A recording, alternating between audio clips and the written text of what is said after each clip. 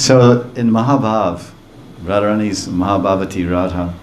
So in her Mahabhav, and any of the gopis experiencing Mahabhav, one of the symptoms of Mahabhav, this intense divine spiritual love that's only with the gopis, even the queens of Dwarka, they don't have this Mahabhav.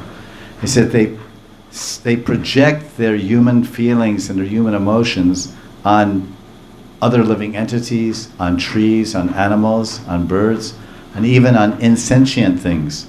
Like, oh, rocks, they speak to the rocks. They speak to the mountains. Oh, mountains, are you feeling like us?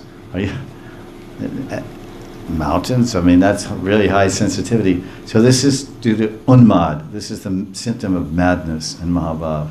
So it's very dynamic.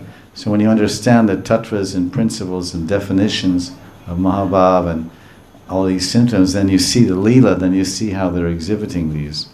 This is what is called Rasa Tattva and Prema Tattva, which is deep subject, which enhances one's understanding of the leelas that he's reading and enables one to further actually identify with the transcendental feelings and emotions of the players in the leela, naming Nayak and Nayaka, Krishna and Radharani and the Gopikas.